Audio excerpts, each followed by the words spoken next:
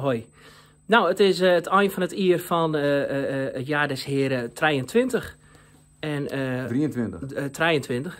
En we maken dus klaar voor 24.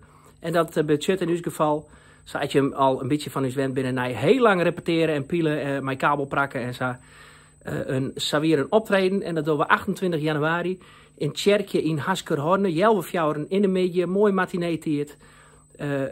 Wees welkom, zoals ze op zijn goed Fries zeggen. Alvast het allerbeste voor het volgende jaar en tot dan. Hoi! Hoi! Bye bye!